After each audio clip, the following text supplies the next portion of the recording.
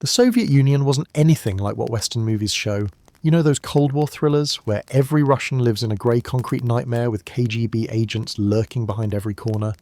The reality was way more bizarre and in some ways way worse. Imagine waking up in a place where your personal bathroom wasn't personal at all, where the toilet and shower were shared with 7 other families, where every single morning meant strategic planning just to brush your teeth without someone pounding on the door. That was daily life for millions of Soviet citizens. And while you lie there in your soft bed with your private bathroom just steps away, let me paint you a picture of what it meant to wake up on the other side of the Iron Curtain. Oh, and if you're enjoying these stories, I'd really appreciate a like or subscribe. Super curious where you're all listening from. So drop a comment with your location and what time it is there. Always blows my mind how people are falling asleep to this all over the world. Alright, let's head back to the Soviet Union of the 50s. Trust me, it's going to be quite a ride. But first, get comfortable. Seriously, adjust those pillows. Pull up that blanket because where we're going, you're going to want to be cozy. So congratulations. You just woke up in a Soviet communal in Leningrad in '53. Stalin has just died, but his legacy is everywhere around you. The air in your room is chilly. Central heating exists, but it's inconsistent. Your breath makes little clouds in the morning air. The thin blanket you've piled with coats for extra warmth has left you with a slight back-atchy. Not like your comfy bed right now with its memory foam and perfectly regulated temperature. Your ears pick up the sounds before your eyes fully open. The clatter of pots in the shared kitchen. Someone's argument about who used the last of the sugar. A toilet flushing through ancient pipes that groan like they're being tortured. A baby crying in the room next door. The walls in these old pre-revolutionary apartments are thick, but the doors are thin and sound travels in strange ways. You're one of the lucky ones. Your family has a room to itself.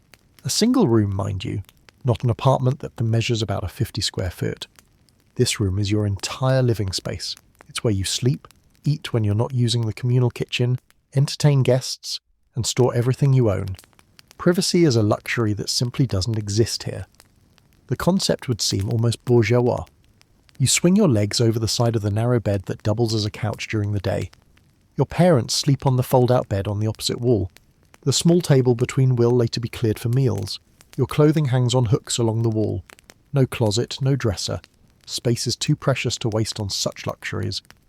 Time to face the morning challenge. The bathroom. In a communella with 8 families, timing is everything. Too early and you'll be shivering in the cold. Too late and you'll be standing in line, possibly making yourself late for work or school. The unwritten schedule that everyone grudgingly follows gives each family about 15 minutes. Some mornings that's barely enough time to use the toilet, splash water on your face and brush your teeth. You grab your toiletry kit.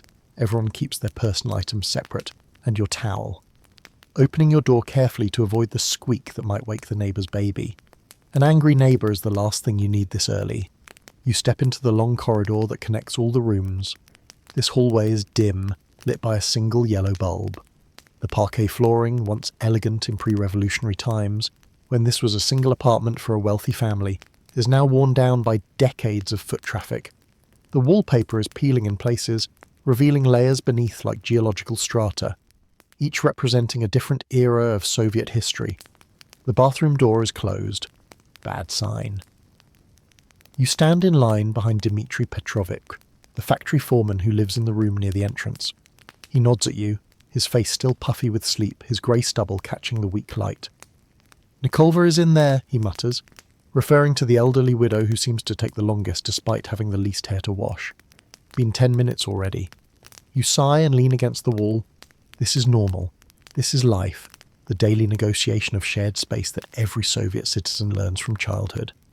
While you wait, you might as well check the day schedule posted near the kitchen entrance, an informal system to manage kitchen time slots, especially for dinner when everyone is trying to cook at once. The kitchen itself is a strange mix of private and public.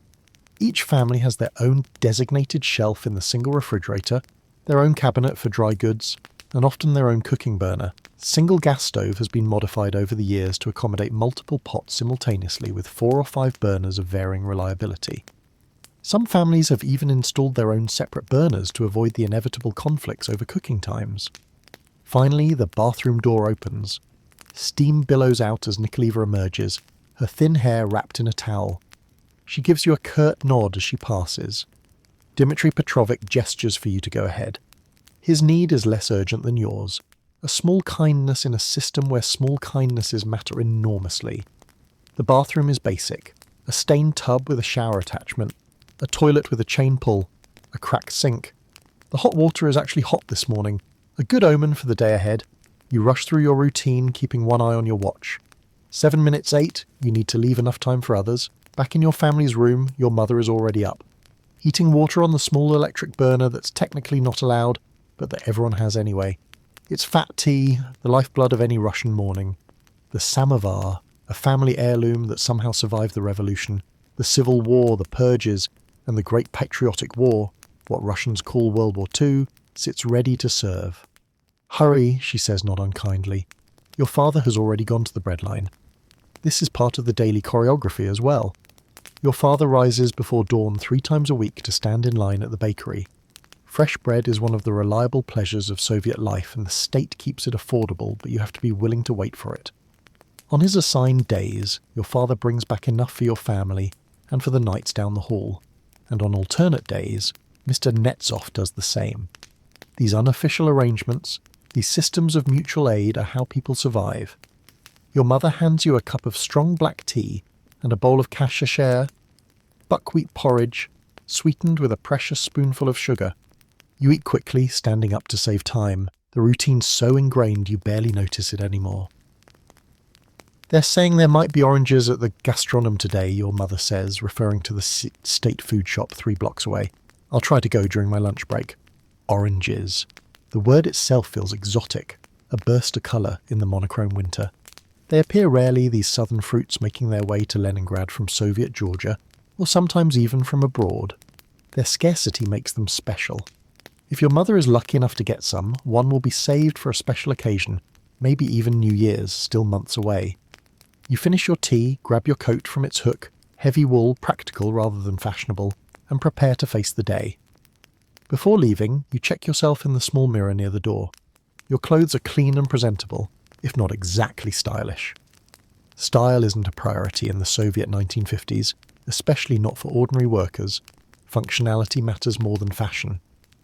Outside the apartment, the stairwell is dark and smells faintly of cabbage and tobacco. The elevator, installed sometime in the 1930s, has been broken for as long as anyone can remember. You walk down 5 flights, your footsteps echoing in the stairwell. The street greets you with a blast of cold air. October in Leningrad means the beginning of the long descent into winter. The sky is the colour of wet cement, and a light drizzle falls. Not quite rain, but enough to dampen your spirits along with your coat. People hurry along the sidewalks, collars turned up, heads down against the weather. The tram stop is crowded with workers heading to the morning shift. You join the huddle, stamping your feet against the cold. When the tram finally arrives, it's already full, but somehow everyone manages to squeeze aboard, bodies pressed together in a strange intimacy that nobody acknowledges. The tram rattles through the streets of Leningrad, past the grand buildings of the imperial era, now divided into communal like yours, past newer apartment blocks built hastily after the war to address the desperate housing shortage. The city is a layer cake of history. Baroque palaces alongside constructivist workers' clubs alongside classical Stalinist architecture. Through the fogged windows you catch glimpses of the city waking up. Lines already forming outside shops. Women with string bags hoping for a delivery of something worth buying. Street sweepers in orange vests clearing the previous day's debris. Posters on walls proclaiming the success of the latest 5-year plan showing happy workers exceeding their quotas, their faces alight with socialist fervour. The reality inside the tram is less enthusiastic. Faces are tired, resigned to another day of work in factories or offices where initiative is rarely rewarded. And meeting the plan is what matters, not actual productivity or innovation. Yet there's a certain security too. Everyone has a job, everyone has a place, however humble. At your stop you squeeze your way to the exit, mumbling, "Excuse me," and "Pardon," as you step on toes and brush against damp coats. Outside again you join the stream of workers heading toward the factory gates. The Kirov works spreads out before you, a sprawling complex of buildings where thousands of workers produce machinery for the Soviet state. Smokestacks release plumes into the grey sky, and the sound of metal on metal creates a constant industrial backdrop. The factory is a city unto itself with its own rhythms and hierarchies. At the gate you show your papers to the guard, who barely glances at them. He sees you every day, after all. Inside you head to your section, nodding to colleagues along the way. The changing room is humid with the body heat of workers removing street clothes and donning work attire. Conversation is muted, practical. Who has heard about a shipment of winter boots coming to the department store? Whose child is sick? Which section of the factory might exceed its quota this month, earning everyone a bonus? Your locker contains your work clothes, sturdy pants, a thick shirt, protective gear fit for your specific job. You change quickly. The workday waits for no one, and tardiness can mean trouble with the shift supervisor, or worse, attention from the party representative who keeps an eye on worker discipline. The factory floor is already humming with activity when you arrive at your station. The noise is immediate and enveloping.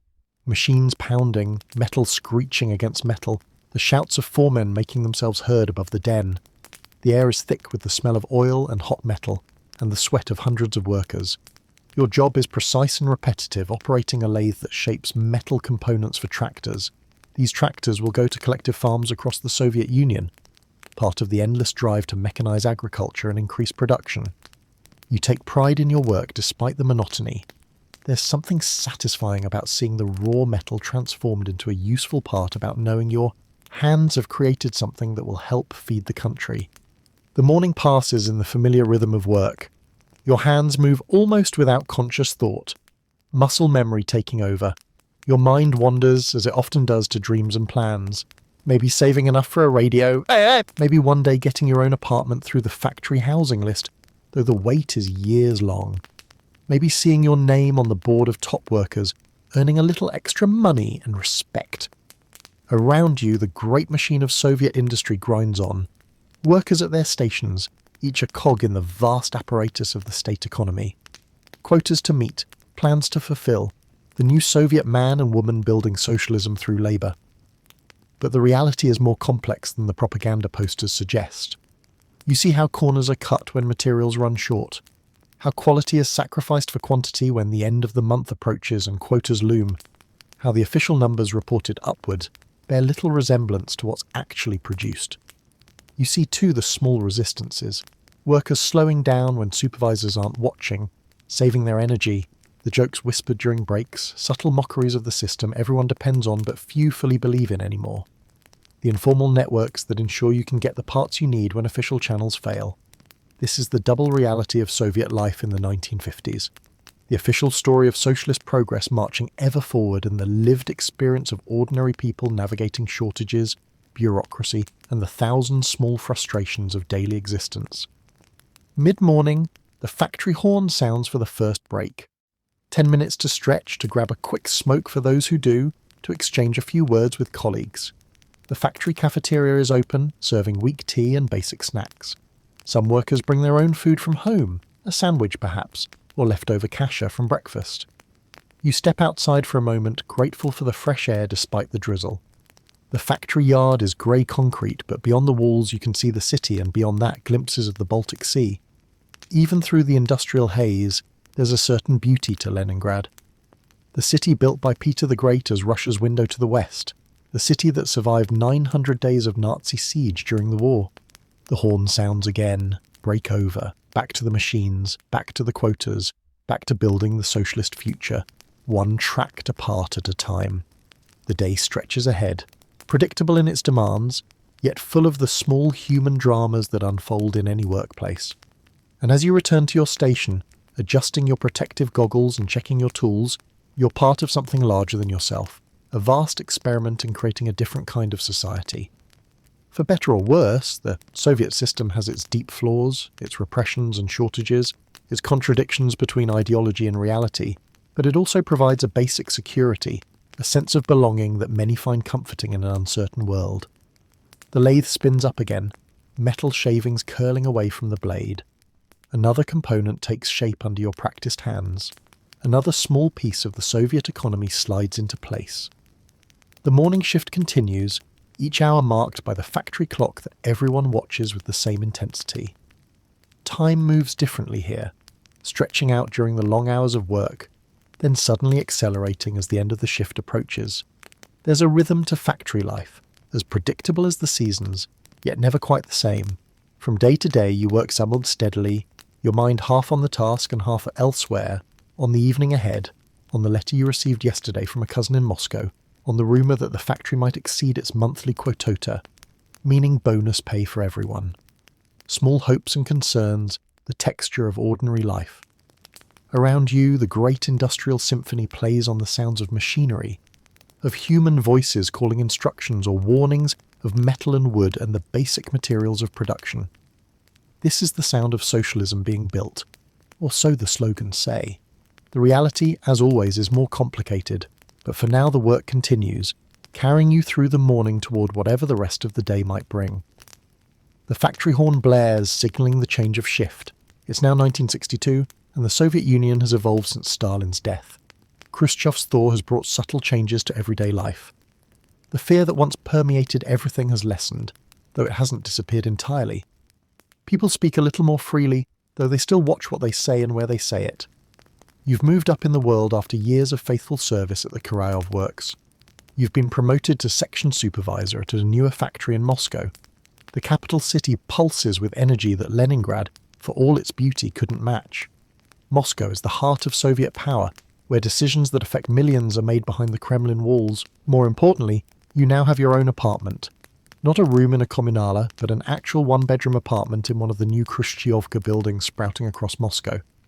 These 5-story apartment blocks are basic, cheaply constructed with thin walls and tiny kitchens, but they offer something precious. Privacy. Your own entrance, your own bathroom, your own kitchen. After years of communal living, this feels like unimaginable luxury. The buildings themselves are identical. Row after row of rectangular blocks arranged in micro-districts. From the outside, they look like giant filing cabinets for humans. But inside each apartment, people create homes, applying their own touches to the standardized spaces. Your apartment has a small balcony where you've placed a few plants that struggle against Moscow's pollution. The furniture is standard Soviet issue, functional rather than beautiful, but it's yours. The morning routine is different now. You wake to an alarm clock instead of the sounds of neighbours. The bathroom is free whenever you need it. Breakfast is still tea and perhaps bread with butter, but you prepare it in your own kitchen at your own pace. Small freedoms, but they matter. Your commute has changed too. The Moscow metro is a marvel of Soviet engineering and architecture. Unlike the utilitarian subway systems of many Western cities, Moscow's stations are underground palaces decorated with mosaics, sculptures and chandeliers.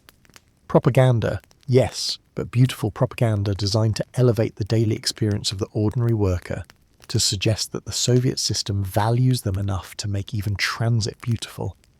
You stand on the crowded platform surrounded by workers heading to factories, offices, and construction sites across the capital. The train arrives precisely on schedule. The Moscow metro is famously reliable, and you squeeze aboard with dozens of others. Despite the crowd, there's a peculiar silence. Few people chat during the Moscow commute. Some read newspapers or books, but most just stare ahead, lost in thought, saving energy for the workday ahead. Your stop is in an industrial district on Moscow's outskirts. The factory itself is newer than the Kurayov Works. Built during the post-war industrial expansion, it produces components for Soviet televisions. Still a luxury item for many families, but increasingly common as the Soviet standard of living slowly rises. As section supervisor, you have responsibilities beyond your own productivity. You oversee 20 workers, making sure they meet their quotas, maintaining discipline, and dealing with the inevitable problems that arise when materials run short or machinery breaks down. It's a delicate position, caught between the demands of upper management and the realities faced by workers on the floor. You arrive early as always. Good supervisors set an example. Your office is little more than a glass-walled cubicle at the edge of the factory floor, but it represents your rise within the system.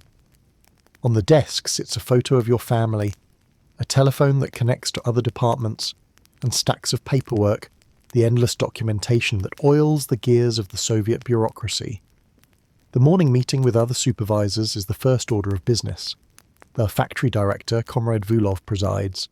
He's a party man, competent enough, but owing his position more to political reliability than technical expertise. His deputy, the chief engineer Sakharov, is the one who really understands how things work. This division between political authority and practical knowledge is typical throughout the Soviet system. "Comrades," Vilov begins, "I've just come from the ministry meeting. The planned targets for the third quarter have been increased. We're expected to raise production by 12%. A murmur runs through the room. 12% is substantial, especially mid-year when resources have already been allocated based on the original plan. "Where are we supposed to get the additional materials?" asks Antoniina Sagna, supervisor of the assembly section. She's been at the factory since it opened and isn't afraid to ask difficult questions. Volkov shrugs slightly. "The ministry assures us the supply increases will follow. In the meantime, we must find reserves within our current allocations. Everyone knows what this means. Reserves is code for cutting corners, for making do for the 1,000 improvisations that keep Soviet factories running despite the rigid planning system. It's understood but never officially acknowledged that meeting targets often requires creative solutions that might not strictly follow regulations." The meeting continues with updates on various issues. A delayed shipment of components from Surlovsk, a visit from party officials next week, the upcoming factory sports competition. Throughout there's the subtext that everyone understands. The official goals and the practical realities rarely align perfectly, and the gap must be navigated carefully. After the meeting, you head to your section to greet the workers as they arrive. You know each of them, their strengths and weaknesses, their family situations, their ambitions or lack thereof. There's Mail, a talented technician who drinks too much. Galina, a young woman recently graduated from technical school. Old Fodor, who remembers the war and works with meticulous care, but at his own pace. "Good morning, comrades," you say as they gather. "We have new targets from above, 12% increase." The responses are predictable. Groans, eye-rolling, a few muttered comments, but there's no real resistance. Everyone knows how the system works. Targets increase, workers adapt, life goes on. "We'll start by checking our inventory," you continue. Galina, Nikolai go through the storage room. Count everything, including the unofficial reserves. Everyone understands the unofficial reserves are components and materials hidden away for emergencies. A common practice in Soviet factories where official supply channels often fail to deliver on time. It's technically against the regulations, but without such measures, production would frequently grind to a halt. As the workers disperse to their stations, you feel the familiar tension of your position. You're responsible for meeting the planned targets, which means pushing your workers to produce more faster. But you also know their capabilities and limitations. Push too hard and quality suffers or machinery breaks down. Not hard enough and you miss the targets with consequences for everyone's bonuses and possibly your position. The factory day falls into its rhythm. Machines hum, components move along the production line. Workers perform their specialised tasks with varying degrees of enthusiasm and precision. Your job is to keep it all flowing to solve problems before they become crisis, to maintain the delicate balance between quantity and quality that the plan demands. Mid-morning, the first crisis hits. A machine on the assembly line stops working. The operator even looks up with frustration. Same problem as last month. The motor's overheating. You examine the machine. It should have been replaced years ago, but the new equipment promised by the ministry never arrived. "Get Petro from maintenance," you tell a nearby worker. Then to Ivan, "Can you work on the backup unit meanwhile?" The backup unit is older and slower, but it functions. This is another unofficial adaptation, keeping old equipment running past its scheduled replacement, finding workarounds for chronic shortages. Soviet factories excel at improvisation, at making do with what's available rather than what's needed. Petro arrives, toolbox in hand. He's nearing retirement age with decades of experience fixing machinery that official protocols would have scrapped long ago. Again, he sigh, seeing the problem. "I'll see what I can do, but we need the new part from Kharkov. Is there anything in the workshop we could use, you ask? Meaning, can you fabricate something that will work well enough?" Petro considers. "Maybe. Let me check what Sergei's been hoarding." He heads off toward the maintenance workshop where Sergei, the head of maintenance, keeps his own unofficial inventory of parts salvaged from other machines or fabricated in-house. This is how things actually get done through personal connections, unofficial channels, and creative interpretations of the rules. The formal system, with its rigid plans and centralized allocation of resources, is too slow and unresponsive to meet the daily challenges of production. So a parallel system has evolved, one that everyone participates in, but nobody officially acknowledges. By noon, Petro has the machine running again, though he warns it won't last long without the proper replacement part. You make a note to call your counterpart at the Karoff factory. You once helped them out with some capacitors during a shortage, and perhaps they'll return the favour. Their lunch break offers a brief respite. The factory cafeteria serves basic but filling food at heavily subsidised prices. Cabbage soup, cotlety, meat patties with mashed potatoes, compote to drink. Food is fuel here, not an experience to be savoured. Workers eat quickly, some reading the factory newspaper, others discussing last night's hockey match or sharing family news. You sit with the other supervisors, the conversation a mix of shop talk and careful gossip. Who's being considered for promotion to the central office? Is it true that the electronics factory across town received a shipment of Japanese components? Will the summer vacation schedules be approved soon? Information is a valuable currency in the Soviet system, and these informal exchanges are how much of it circulates. Official channels provide only selective facts, so people rely on personal networks to fill in the gaps. The result is a society where rumours flourish alongside official pronouncements, where truth is often somewhere in the middle, and where everyone becomes skilled at reading between the lines. After lunch, you check on the afternoon's production. The numbers look good so far, not enough to meet the increased target, but better than you'd feared. You'll need to find efficiencies somewhere, though. Perhaps the evening shift can take on additional work if you arrange for extra payment through the bonus system. The bonus system is another key element of Soviet industrial life. Basic wages are relatively low and standardized, but bonuses for exceeding quotas can significantly increase a worker's pay. It's the state's way of providing incentives within a system that officially rejects capitalist competition. In practice, it creates its own distortions, encouraging quantity over quality, leading to end-of-month production surges and sometimes outright falsification of numbers. Your afternoon is consumed with the paperwork that documents everything the section produces. The Soviet economy runs on documentation, forms filed in triplicate, reports for various departments, statistics that travel up the hierarchy to become part of the vast data collection that supposedly guides central planning. How much of this information actually influences decisions at the top is unclear, but the paperwork must be completed nonetheless. At your desk, you fill out production reports while keeping one eye on the factory floor through the glass partition. You've become adept at this division of attention, satisfying the bureaucracy while still managing actual production. It's a skill every successful Soviet manager develops. A knock at your door interrupts the paperwork. It's Dmitri from the personnel department, a young man with ambitions beyond his current position. His visits usually mean either a problem or an opportunity, sometimes both. Comrade supervisor, he says with a formality that suggests official business. The party committee is reviewing candidates for the advanced training program in Moscow. Your name has been mentioned. This is significant news. The advanced training program could lead to a position at the ministry level. A considerable step up in both responsibility and privileges. But such opportunities in the Soviet system always come with political dimensions. I'm honoured. You reply carefully. Who has recommended me? The question is important. Sponsorship matters in the Soviet hierarchy, and knowing who supports you helps navigate the invisible currents of power. Dmitri smiles slightly. Comrade Sokolov spoke highly of your technical abilities, and of course your participation in last year's voluntary weekend work project was noted favourably. The translation is clear. The chief engineer values your competence, and your visible enthusiasm for officially promoted activities has been recognised. This is how advancement works. A combination of genuine ability and demonstrated political reliability. Not party membership necessarily.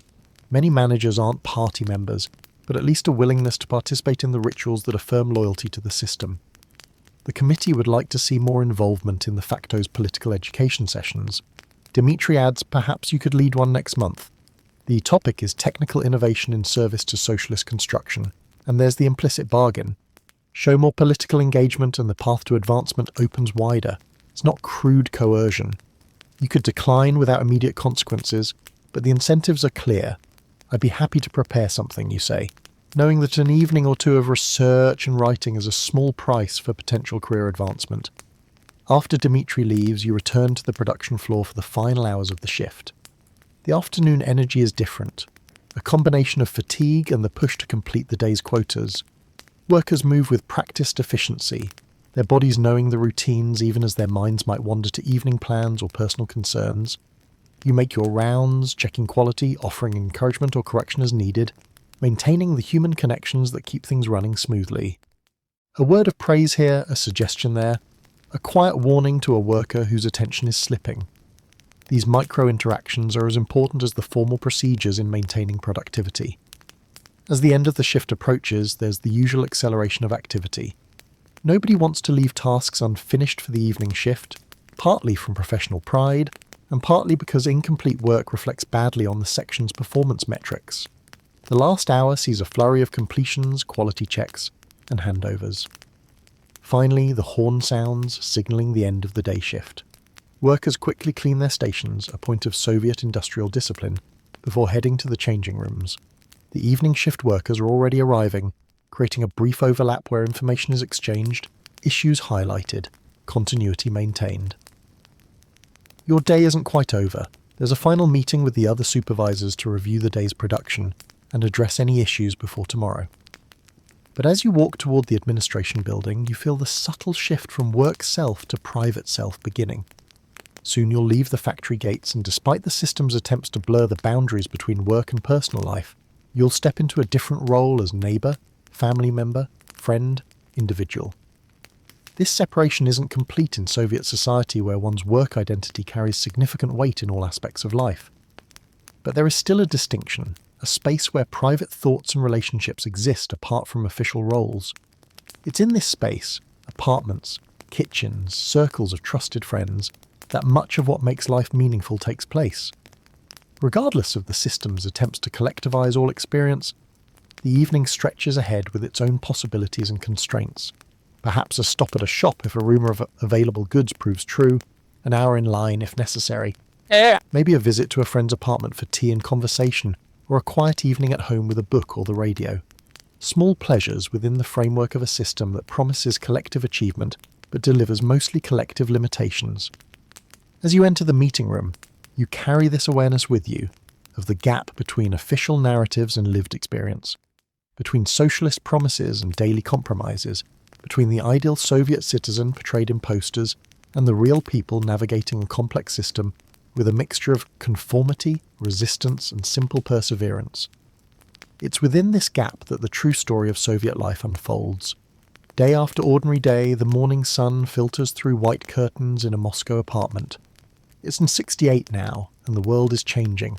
In Paris, students are rioting. In America, protests against the Vietnam War are growing. And here in the Soviet Union, a new generation is coming of age, one that has no personal memory of Stalin's terror or the hardships of World War II. The alarm clock rings and 13-year-old Natasha reaches out to silence it. Unlike her parents' generation, Natasha has never known communal living. She's grown up in this small but private apartment with her own tiny bedroom that doubles as a study. The room contains a narrow bed, a desk, and bookshelves filled with carefully selected volumes from approved Soviet children's stories to translations of Jules Verne and Jack London that introduce young Soviet citizens to foreign worlds in politically acceptable packages. On her desk sits a nearly completed homework assignment on Russian grammar. Education is serious business in the Soviet Union, and children learn this early. The state invests heavily in education with a rigorous curriculum focused on mathematics, sciences, and Russian language. Foreign languages are taught too, often German or English, though the emphasis is on reading technical literature rather than conversation. Natasha's school uniform hangs ready on the back of her door. A brown dress with a black apron for regular days, white apron for special occasions. Around her neck, she'll wear the red scarf that marks her as a pioneer. Almost all Soviet children between the ages of 9 and 14 are pioneers, members of the Vladimir Lenin All-Union Pioneer Organization. It's not technically mandatory, but non-participation would raise questions about a family's ideological commitment and potentially limit a child's future opportunities. The pioneer scarf is more than a piece of clothing. It's a symbol of belonging to the collective, of participation in the official youth culture that the Soviet state has carefully constructed. Natasha ties it with practiced ease, the routine as familiar as brushing her teeth or braiding her hair. In the kitchen, her mother is already preparing breakfast. Kasha, again, the ubiquitous porridge that forms the foundation of many Soviet meals, accompanied by black bread and tea. Her father sits at the table reading Pravda, the official party newspaper. The radio plays softly in the background, broadcasting the morning exercise program, followed by news emphasizing industrial achievements and friendship between socialist countries. "Hurry, Natasha," her mother says. "You have pioneer meeting before classes today." Pioneer meetings are a regular part of school life sessions where children participate in organized activities designed to instill Soviet values. They sing patriotic songs, discuss the achievements of Lenin and the party, plan community service projects, and prepare for various competitions between pioneer troops. These activities aren't viewed as indoctrination, but as proper civic education, teaching children their role in the collective and their responsibility to contribute to society. Natasha eats quickly, gathers her school materials and heads out. The school is within walking distance, one of the advantages of Soviet urban planning, where micro-districts are designed with schools, shops, and other services clustered near residential buildings. The morning is crisp autumn, painting the trees in Moscow's parks with hints of gold and red. Other children in identical uniforms converge on the school from surrounding apartment blocks, creating streams of brown and white flowing toward the imposing building with its statue of Lenin by the entrance. Inside, Natasha joins her pioneer troop in the assembly hall. 30 children stand in formation, scarves bright against their uniforms. At the front, the pioneer leader, a young woman studying education at the university, calls them to attention. The ceremony begins with the raising of the Soviet flag and the recitation of the pioneer oath. I, a young pioneer of the Soviet Union, in the presence of my comrades, solemnly promise to passionately love my Soviet motherland, to live, study and struggle as the great Lenin bequeathed according to the laws of the pioneers of the Soviet Union. The words are familiar, repeated so often they've become almost automatic. Yet there's still something stirring about 30 young voices speaking in unison, affirming their place in the great Soviet experiment. The collective experience is powerful, creating bonds between children who will grow up together, study together, and eventually work together in various branches of the Soviet economy. After the ceremony, regular classes begin. The Soviet school day is structured and intensive, typically beginning at 8:30 and continuing until mid-afternoon 6 days a week. Subjects are taught in 45-minute periods with short breaks between them. The curriculum is standardized across the country. A child in Moscow learns exactly the same material as a child in Vladivostok or Tashkent, following identical textbooks and lesson plans. Natasha's first class is mathematics, taught by a stern woman whose dedication to her subject is matched only by her intolerance for carelessness. Soviet education emphasizes mathematics and sciences, areas where the country competes internationally and which form the foundation for engineering and technical careers that the planned economy requires. The teaching style is traditional. The teacher explains concepts at the blackboard. Students take notes, complete exercises, and are called to the front to demonstrate their understanding. Wrote, learning and memorization play significant roles, especially in subjects like history, where the official interpretation of events must be absorbed precisely. But there's also genuine intellectual rigour, particularly in mathematics and sciences. By the time they finish secondary school, Soviet students have typically completed coursework in algebra, geometry, trigonometry, calculus, physics, chemistry and biology at levels that often exceed Western requirements for college admission. After mathematics comes Russian literature, another cornerstone of Soviet education. Students study the classics of Russian literature extensively, though the interpretations are filtered through the lens of Soviet ideology. Pushkin, Tolstoy and Chekhov are presented not just as great writers, but as critics of the pre-revolutionary order and forerunners of Soviet consciousness. For lunch, students eat in the school cafeteria. A simple meal of soup, kotlety, meat patties and compote fruit drink, subsidized by the state to ensure all children receive proper nutrition regardless of family circumstances. The equality of the cafeteria, like the uniformity of dress, reinforces the collective nature of Soviet education. Afternoon classes include a history taught strictly according to Marxist-Leninist principles, with emphasis on class struggle and the inevitable progress towards socialism and physical education, where basic fitness is supplemented with pre-military training, especially for boys. The Soviet system views physical development as inseparable from intellectual growth, preparing children to be both productive workers and defenders of the socialist homeland if necessary. After school, Natasha doesn't immediately return home. Like many Soviet children, her day includes extracurricular activities organised through the school or the pioneers. Today it's choir practice, preparing patriotic songs for the upcoming celebration of the October Revolution. Other days might involve sports, chess club, technical circles where children learn basic engineering skills or various forms of community service. These activities serve multiple purposes. They provide safe, supervised environments for children of working parents. They develop talents that might serve the state, and they further socialise children into Soviet values and collective behaviour. They're also genuinely enjoyable for many children, offering opportunities to develop friendships and interests beyond the academic curriculum. Evening falls early in Moscow autumn. By the time Natasha returns home, street lights are already glowing in the gathering dusk. Her parents won't be home for another hour. Both work full-time like almost all Soviet adults. The apartment is empty, but Natasha has her key onto a string round her neck. Another marker of Soviet childhood where independent responsibility comes early. She makes herself a simple snack and settles at her desk to complete homework. The amount is substantial. Soviet education demands significant study outside classroom hours. Tonight's assignments include mathematics problems, memorization of a Pushkin poem, and preparation for an upcoming geography test on the industrial resources of the Soviet republics. Around 7, her parents return from work, tired but carrying a small treasure: oranges, a rare treat secured through her father's workplace distribution. Such parallel systems of allocation, where goods are distributed through workplaces rather than shops, help compensate for the chronic shortages in regular retail. Dinner is simple but filling: cabbage soup, buckwheat with a small portion of meat, black bread and tea. The family eats together, discussing their days. Natasha's father asks about school. Her mother reminds her about the winter clothes that need mending. The radio plays softly in the background, now broadcasting classical music rather than news. After dinner comes the family's television time.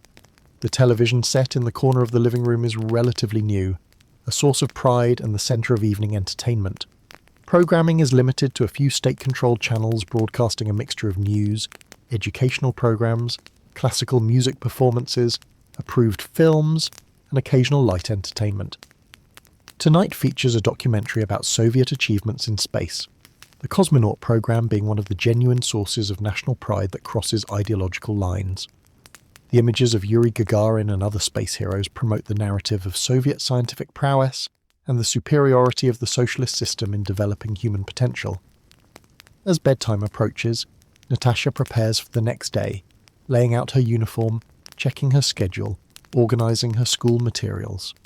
The routine is comforting in its predictability, a structure imposed partly by the state but internalised as the natural rhythm of life. Before sleep, she reads for a while a collection of approved stories about pioneer heroes, young people whose courage and dedication to socialist principles offer models for emulation. The narratives are simplistic by adult standards, but absorbing for a child, still constructing her understanding of the world and her place in it. 5 years pass. Natasha is now 18, in her final year of secondary school, and the decisions that will shape her adult life are approaching. The Soviet education system has tracked students throughout their school years, identifying aptitudes and directing them toward appropriate futures. Natasha's strong performance in mathematics and sciences has marked her as a candidate for higher education, perhaps in engineering or medicine. University admission is competitive but based primarily on academic performance rather than financial resources. Education at all levels is free with stipends provided for university students. However, the number of places in each field is carefully planned according to the state's projected needs for various specialists. Personal preference is considered but subordinate to economic requirements. The Koms, the Communist Union of Youth, which most Soviet young people join at 14 when they graduate from the pioneers, plays a significant role in this transition period. Membership is even more important than pioneer participation as it becomes part of an individual's permanent record and can significantly affect future opportunities. Komolel recommendations influence university admissions and job placements, creating strong incentives for active participation and demonstrated ideological commitment. Natasha attends a Komol meeting at school where university options are being discussed. The room is more subdued than pioneer gatherings. These are young adults now, more aware of the system's constraints even as they participate in its rituals. The comms leader, a university student fulfilling his own obligation for social activism, presents information about various institutions and the application process. Engineering is particularly needed in the current 5-year plan, he explains, especially in the fields of electronics and automation. The Moscow Engineering Physics Institute is seeking qualified applicants, and Consumel members with strong academic records will receive priority consideration. The message is clear. Individual talents should be aligned with state priorities. Yet there's also genuine opportunity here. A working-class girl like Natasha can aspire to become an engineer or doctor or scientist, pathways that might be financially impossible in many Western countries. The system has limitations and demands conformity, but it also offers certain forms of mobility and security. After the meeting, Natasha walks home with her friend Olga. Their conversation reveals the complex reality of Soviet youth in the early 70s, a mixture of official participation and private skepticism. "Are you really going to apply for engineering?" Olga asks. "I thought you wanted to study languages," Natasha shrugs. "Engineering graduates get better housing assignments, and my father says there will be more opportunities for advancement. My cousin Sergei knows someone who has Beatles records." Olga changes the subject, lowering her voice slightly. "Real ones, not copies. He invited us to listen on Saturday. This is the dual consciousness that many Soviet young people develop. Outward conformity to official expectations alongside private explorations of alternatives, particularly Western cultural influences that find their way through the Iron Curtain, despite official restrictions. The Beatles, blue jeans, American films shown at private gatherings, these become symbols of a different kind of life, glimpsed imperfectly through the filters of Soviet isolation. The next day at school, the class attends a special lecture on Soviet science and world progress. The speaker, a local party official, emphasizes how the socialist system creates better conditions for scientific development than capitalism, where research is supposedly driven by profit rather than human needs. The students listen with expressions of appropriate interest, taking notes that might be checked for ideological correctness. Afterward, in the corridor, brief comments are exchanged. "My uncle works at the Research Institute," one boy whispers. "He says they're for years behind the Americans in computer technology. Such private assessments shared only with trusted friends create an alternative information ecosystem running parallel to official pronouncements." Most young people become adept at navigating between these worlds, knowing when to demonstrate enthusiasm for Soviet achievements and when it's safe to acknowledge their limitations. For most, this isn't experienced as painful hypocrisy, but as a practical adaptation to reality.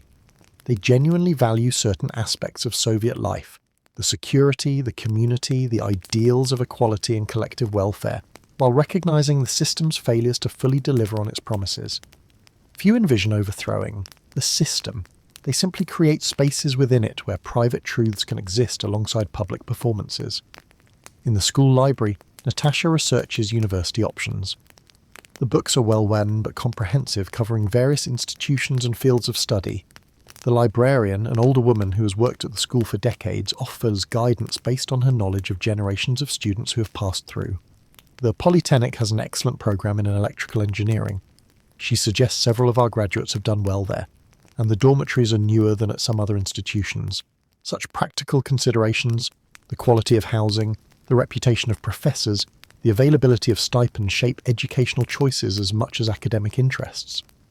The Soviet system promises education based on merit, but navigating its realities requires knowledge of its unofficial hierarchies and networks. As the school year progresses, Natasha and her classmates prepare for final examinations and the transition to adult life. For some, this will mean university studies. For others, technical schools that provide more specialized training. For still others, immediate entry into the workforce. All know that their performances now will significantly influence their future paths within the system. The future stretches before them, predictable in its broad outlines, but with variations possible within its structures. They will become engineers, doctors, teachers, factory workers, office employees, contributing to the socialist economy in assigned roles.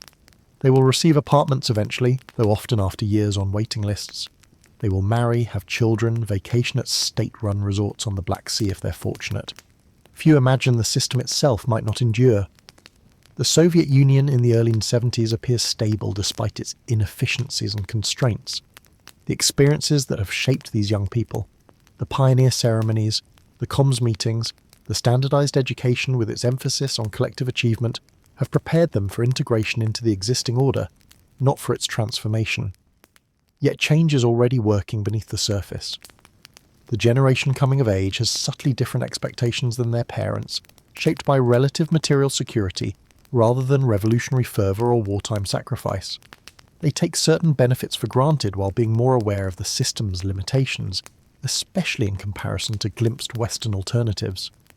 They don't yet know it, but they are living through what will later be called the era of stagnation, the Brev years, when the Soviet system maintained stability at the cost of dynamism, when economic growth slowed while official rhetoric remained triumphant, when the gap between public statements and private realities gradually widened.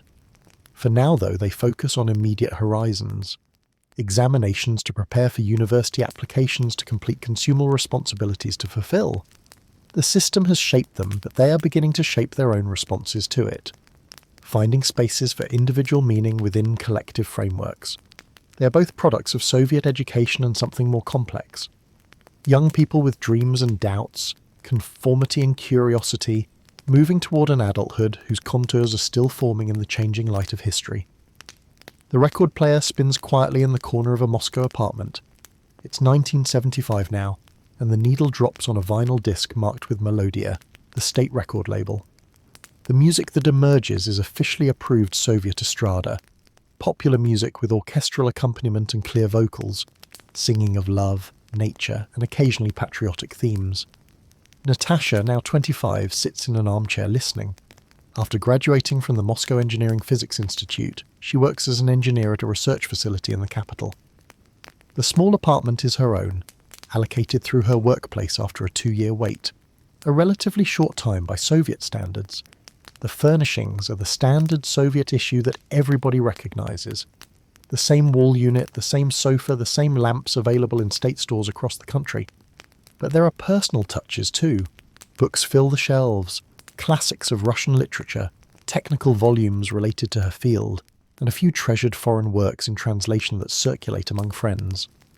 A handmade mashkrayet wall hanging, created during a phase when this craft became inexplicably popular. Throughout the Soviet Union adds texture to the otherwise plain wall. On the small balcony, potted plants bring a touch of nature into the urban setting. The record finishes and Natasha carefully puts it away before selecting another. This one. Not from Melodia, but a bootleg recording of Western music copied onto old X-ray films in a process known as music on ribs.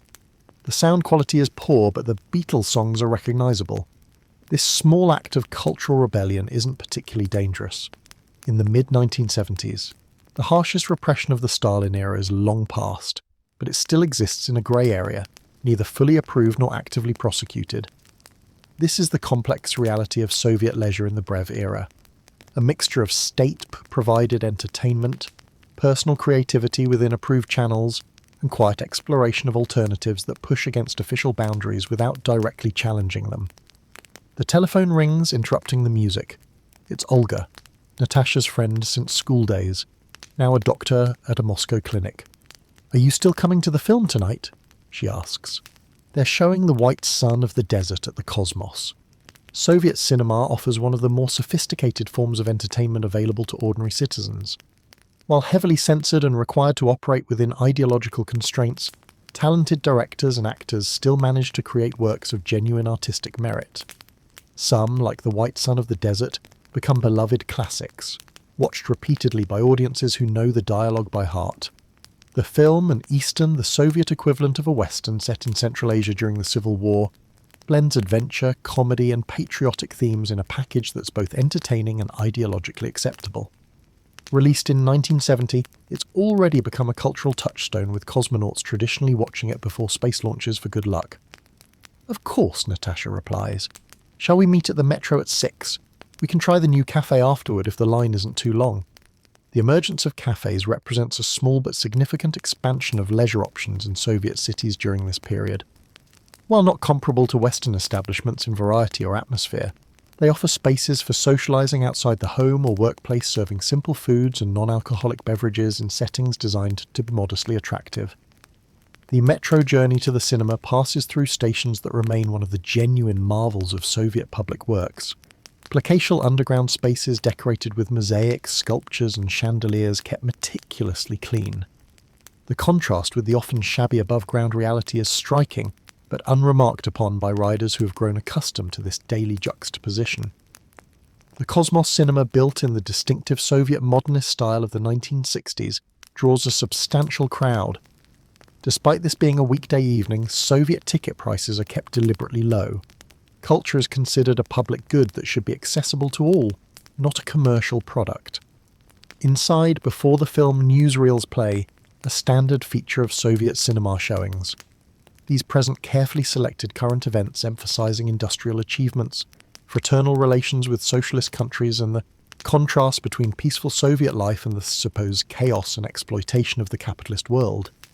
The audience watches with the polite attention given to official communications, neither fully believing nor openly questioning.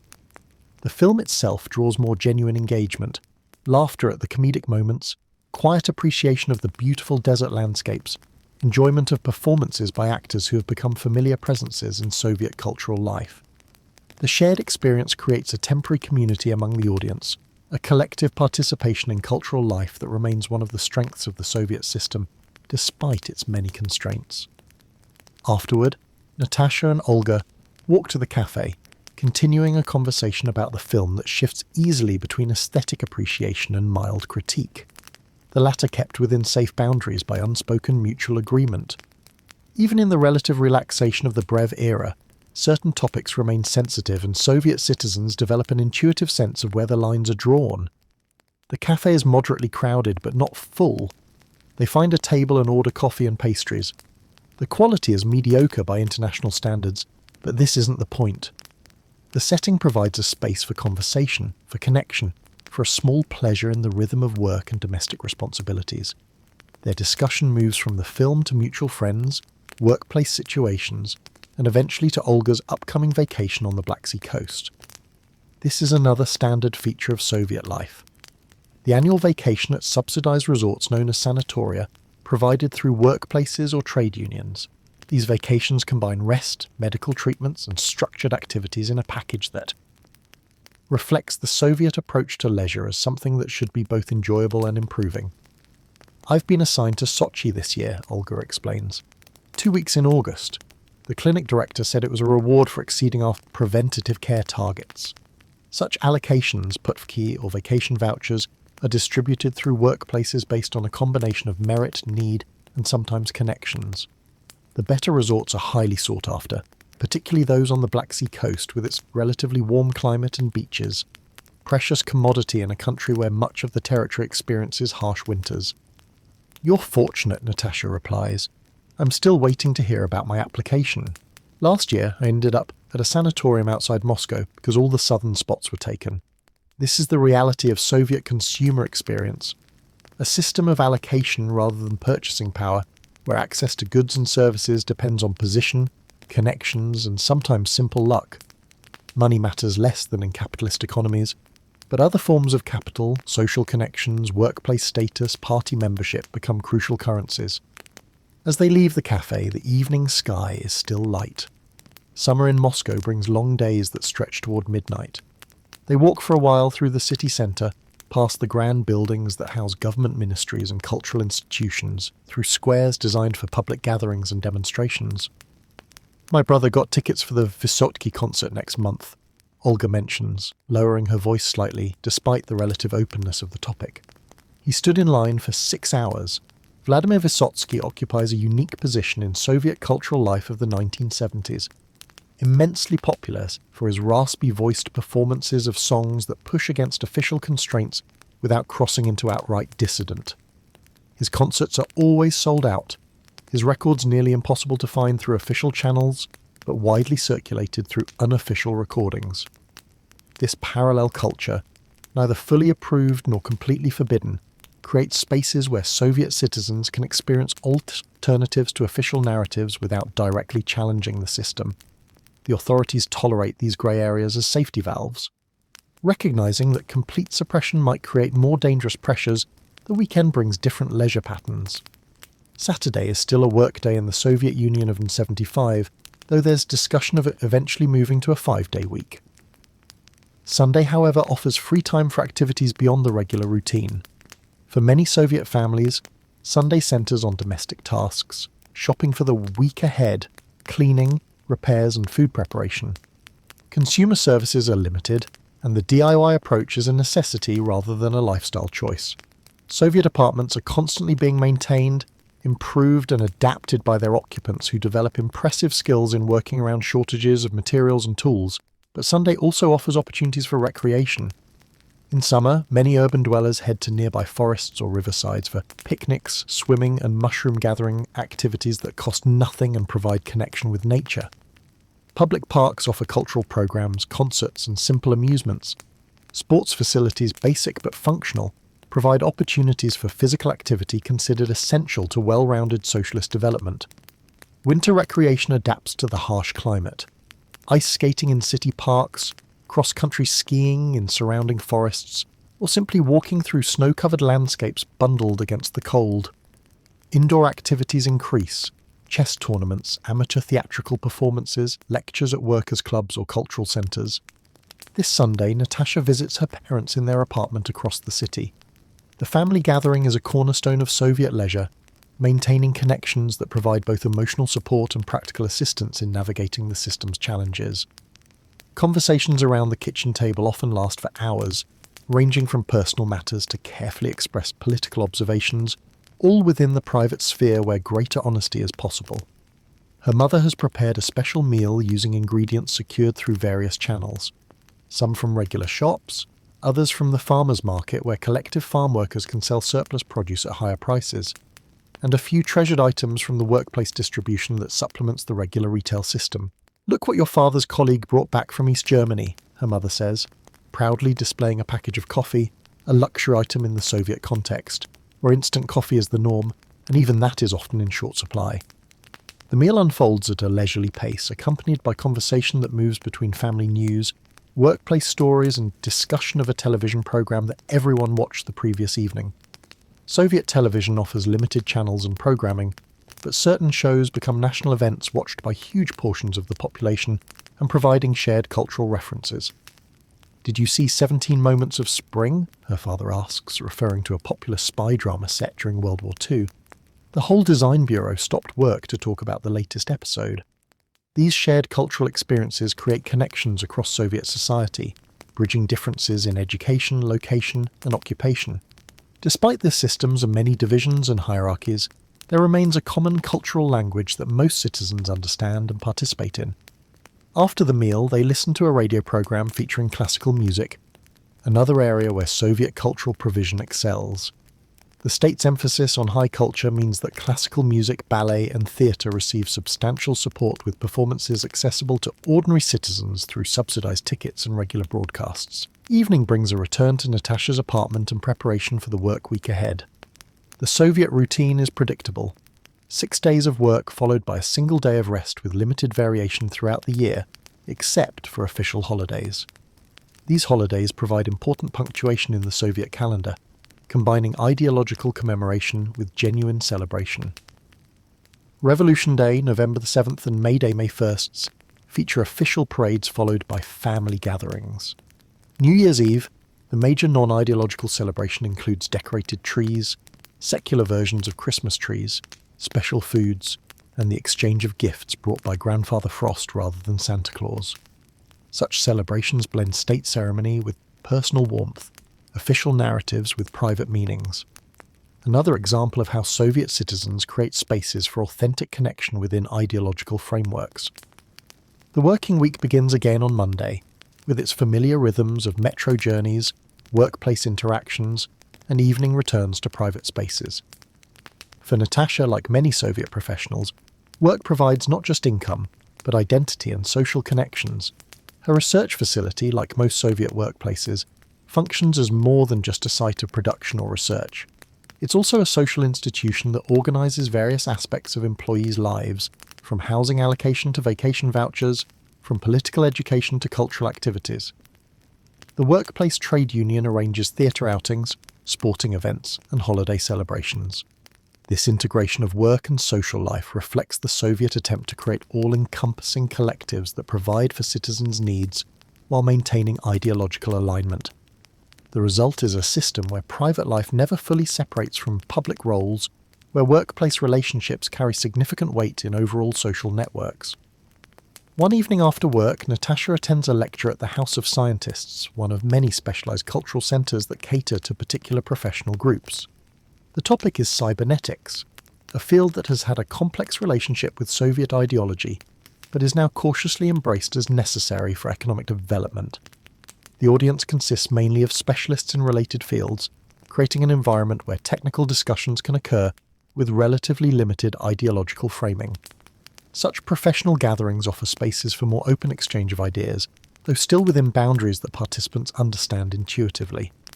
Afterward, a small group continues the discussion at a colleague EU's apartment, one of the informal gatherings where Soviet intellectual life often flourishes most authentically.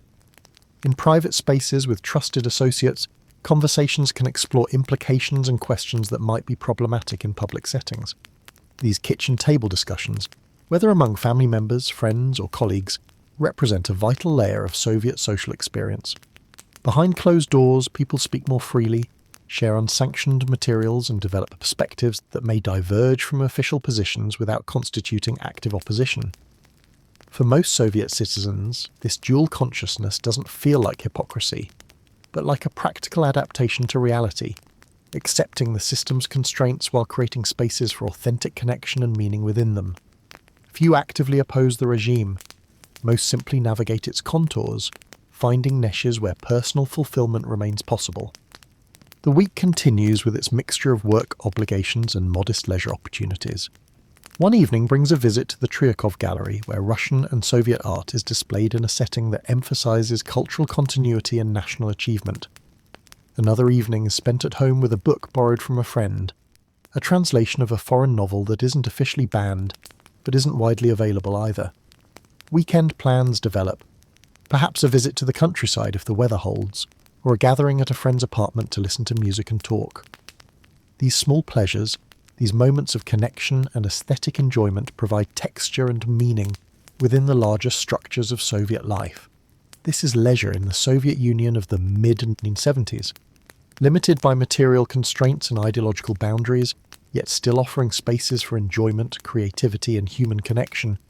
The system shapes available options, but doesn't fully determine how individuals experience them or what meanings they create together. As Natasha prepares for sleep, her mind reviews the week ahead, work responsibilities, an upcoming visit from an old university friend, plans to search for winter boots that are rumoured to be available at a particular store. The mixture of routine certainties and small uncertainties that constitutes daily life in a system that promises complete security, yet delivers unpredictable shortages and constraints. The room darkens as she turns off the lamp. Outside, Moscow continues its nighttime existence, quieter than during the day, but never completely still. The vast apparatus of the Soviet state surrounds her with its power to allocate resources, to find acceptable expression and shape life trajectories. Yet within this system, individuals continue to create connections, find meanings, and build lives that are never fully captured by official categories or narratives. Sleep approaches gradually, bringing temporary release from the negotiations and adaptations that Soviet life requires. Tomorrow will bring another day of navigating between public performance and private authenticity, between collective imperatives and personal aspirations. But for now, there is just the darkness, the quiet, and the drift toward dreams that remain beyond the state's ability to plan or direct. Evening shadows lengthen across Moscow as the sun sets behind the city's distinctive skyline. It's 1983 now, and subtle changes are rippling through Soviet society. The long tenure of Leonid Brev ended with his death the previous year, and after the brief leadership of Yuran Andropov, the system seems to be drifting uncertain of its future direction. In her Moscow apartment, Natasha, now 30, prepares dinner in her small kitchen. The apartment feels more settled now, accumulated possessions giving it the livid inequality that comes with years of habitation. Photographs on the walls document personal history, family gatherings, vacations at Black Sea resorts, celebrations with friends. Books have multiplied on the shelves, representing years of careful collection through official bookstores, second-hand shops, and exchanges with friends. The kitchen, though compact by Western standards, is the heart of the home, as it is in most Soviet apartments. Here, over countless cups of tea, conversations unfold that would never occur in public spaces. The kitchen table has witnessed discussions of literature, quiet political observations, personal confessions, and the sharing of life's ordinary triumphs and disappointments. Tonight, Natasha is expecting guests, a small gathering of close friends who meet regularly in each other's homes. Such gatherings represent one of the most valued forms of Soviet leisure, especially as the initial energy of the Brev years has faded into what many now call stagnation, a period of material stability, but diminishing dynamism and growing cynicism about official pronouncements. She checks the contents of her refrigerator, standard Soviet model that hums somewhat loudly in the corner. The food she's prepared is simple, but represents significant effort in a system where shopping requires visiting multiple stores, standing in various lines, and often adapting plans based on what happens to be available rather than what was desired. There's a salad of grated carrots and cabbage, boiled potatoes, pickles made by her mother from summer vegetables, black bread purchased fresh that morning, and a small amount of sausage secured through a workplace distribution. For dessert, there's a cake made from a recipe shared by a colleague improvised to work around chronic shortages of certain ingredients. The doorbell rings and Natasha welcomes her first guests, Olga and her husband Mikhail, carrying a bottle of Soviet champagne. Soviet Skoa Shampa, the sweet, inexpensive, sparkling wine that accompanies most Soviet celebrations. They're followed shortly by Victor, a colleague from the Research Institute, and Irina, a university friend who now teaches literature at a secondary school. The ritual of gathering is familiar and comforting. Coats are hung in the small entryway. House slippers are offered. Removing outdoor shoes is universal in Soviet homes, and everyone moves to the kitchen, where most of the evening will unfold despite the presence of a proper living room. Soviet kitchens, however small, are social spaces by long tradition. The conversation begins with exchanges of news. Whose child is doing well at school? Who has received a promotion? What new items have appeared in local shops?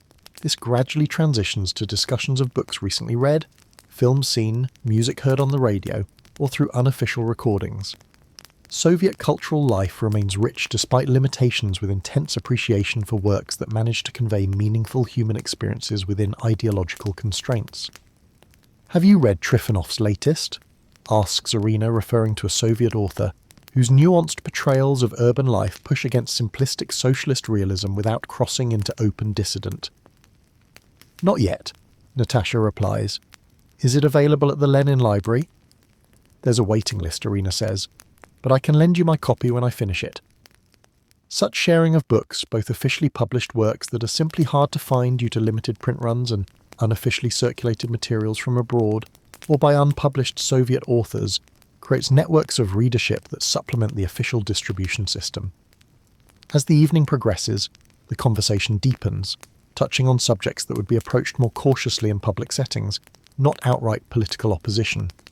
Few ordinary Soviet citizens engage in that, but more honest assessments of daily realities, quiet acknowledgement of the gap between official promises and lived experiences. "My department hasn't received new equipment in 3 years, Victor notes.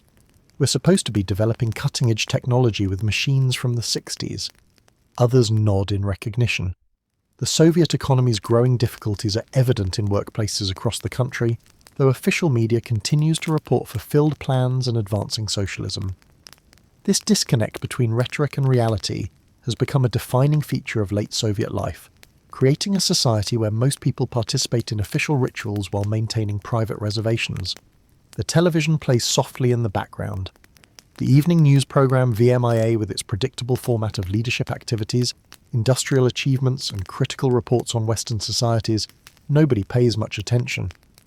Television in Soviet homes often serves as background rather than focus, except for particularly popular programs or films. After dinner, they move to the living room where Natasha's prized possession, a cassette player acquired through considerable effort and expense, allows them to listen to music that ranges from official Soviet recordings to unofficially duplicated Western albums. The sound quality is mediocre, but the content provides connection to a broader world of musical expression than state radio typically offers. The evening unfolds at a gentle pace without the need to check watches or rush home. Public transportation runs until midnight in Moscow, and these gatherings of friends represent too important a source of connection and authentic exchange to be curtailed by concerns about the hour. Conversation turns to children. Olga and Mal have two now in primary school and the complexities of raising them within the Soviet system. Parents navigate between wanting their children to fit in to have the opportunities that come with successful participation in official structures like the pioneers and comms, and wanting to instill values that may sometimes conflict with official messaging. Sasha came home reciting that America wants war and the Soviet Union wants peace. Olga says of her 8-year-old son, "I try to explain that ordinary people everywhere mostly want the same things." This delicate balancing act, teaching children to navigate the system without being fully defined by it, occupies many Soviet parents of this generation, themselves raised with less ambivalence about official narratives, but now more aware of their limitations. As the evening continues, the conversation shifts to practical matters. Strategies for securing scarce goods, information about which shops have received shipments of needed items, advice on navigating bureaucratic processes for anything from internal travel permits to apartment repairs. Such practical knowledge shared through personal networks is essential to successful navigation of the Soviet system. Official channels provide limited and often unreliable information, while personal connections offer both practical assistance and emotional support in dealing with the system's frustrations. Around 11, the gathering begins to disperse. The friends take their leave with warm embraces and plans for the next meeting, perhaps at Olga and Mal's apartment next month. The connection these evenings provide, the opportunity to speak more freely, to share authentic reactions to life's experiences, makes them precious in a society where public and private expressions often diverge significantly. After her guests depart, Natasha begins the small rituals of preparing for sleep. She washes the dishes, no dishwashers in Soviet apartments, and tidies the kitchen. The radio plays classical music from the single state channel still broadcasting at this hour. She waters the plants on her windowsill, living things that bring nature into the urban apartment and require daily attention that grounds her in simple, tangible care. The bathroom routine is basic by Western standards of the 1980s. Soviet apartments have hot water and indoor plumbing, but products are limited. A standard soap, basic toothpaste, simple shampoo. The consumer variety that characterises Western personal care is absent here, where functionality matters more than choice or luxury. In her bedroom, Natasha sets the alarm clock for the morning and turns back the covers of her bed. The bedding is sturdy and practical like most Soviet consumer goods, designed for durability rather than style, expected to last for years rather than being regularly replaced. Before sleep, she reads for a while, a collection of poems by Anna Akhmata, whose work, once suppressed, is now cautiously published in the somewhat more relaxed cultural climate of the post-Stalin decades. The poems speak of suffering, resilience, and the preservation of human dignity under difficult circumstances, themes that resonate across Soviet experience, even when not explicitly political. Outside the window, Moscow settles into night. The huge city, capital of the world's largest country, never fully sleeps, but its rhythm's slow. Factories operate around the clock, but shops are closed, theatres and concert halls dark, offices empty until morning. The metro runs less frequently, though it never completely stops. The vast apparatus of the state continues functioning. Power plants generating electricity, security services, monitoring the basic infrastructure of urban life maintained. Natasha's thoughts drift as sleep approaches. Her life has unfolded within the structures of the Soviet system, education directed toward economic needs, housing allocated through official channels, leisure shaped by state provision and limitations. Yet within these structures, she has created a meaningful existence. Professional accomplishment, deep friendships, appreciation of culture, small daily pleasures that accumulate into a life uniquely her own. Like most Soviet citizens, she has developed a dual consciousness, participating in official rituals and narratives while maintaining private understandings that sometimes complement and sometimes contradict them. This isn't experienced as painful hypocrisy, but as a practical adaptation to reality, a way of preserving authentic selfhood within systemic constraints. As sleep draws nearer, her thoughts become more fragmentary, moving between memories, current concerns, and vague plans for the days ahead. The rhythm of Soviet life is predictable in its broad outlines. Work, household tasks, social gatherings, official holidays marking the calendar year. Within this predictability, small variations and personal meanings create texture and significance. What she doesn't know, cannot know as she drifts towards sleep in 1983, is that the system surrounding her, which appears solid and permanent despite its inefficiencies and constraints, has less than a decade remaining. The Soviet Union, which has shaped every aspect of her life from education to housing to the food on her table, will dissolve before the 1980s end. The signs of strain are visible. Economic stagnation, technological lag behind the West, growing cynicism about official pronouncements, but few imagine complete transformation rather than gradual reform. The vocabulary for what might replace the Soviet system doesn't yet exist in common discussion. The possibilities remain unarticulated except in dissident circles far from mainstream experience. For now, there is just this apartment this evening. This gradual transition from wakefulness to sleep outside the huge country continues its existence spanning 11 time zones encompassing hundreds of ethnic groups structured by a political system that has endured for nearly 7 decades. Inside a single citizen concludes her day. One life among millions shaped by this vast experiment in creating an alternative to capitalism with all its achievements and failures. A few years later in 1985, a new leader named Mikhail Gorbachev will ascend to power, introducing concepts like glasost, openness, and perestroika restructuring that will unleash forces beyond his ability to control. The rigid structures of Soviet life will begin to loosen, creating both new possibilities and new uncertainties. For ordinary citizens like Natasha, these changes will bring complex mixtures of opportunity and challenge. Greater freedom of expression and access to previously restricted information will expand horizons. Economic reforms will create possibilities for initiative and entrepreneurship alongside inflation and instability. The solid guarantees of the Soviet system, guaranteed employment, stable prices, predictable if limited consumer access, will give way to the volatile dynamics of markets still taking shape. Some will adapt quickly to these new conditions, finding niches in the emerging system. Others will struggle with the dissolution of structures that, despite their limitations, provided security and predictability. Most will experience some combination of liberation and loss, as the world they've known throughout their lives transforms around them. But all of that lies in an unimaginable future. As Natasha drifts towards sleep on this Moscow night in 1983, her thoughts slow, her breathing deepens, and the day's experiences gradually dissolve into the approaching landscape of dreams.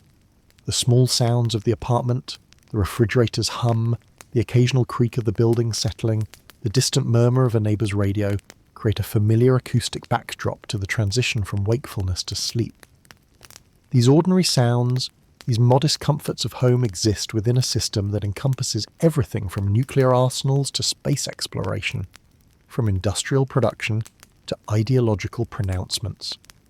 This is the paradox of individual existence within vast political structures, that personal experience remains intimate and specific, even while shaped by forces operating at national and global scales.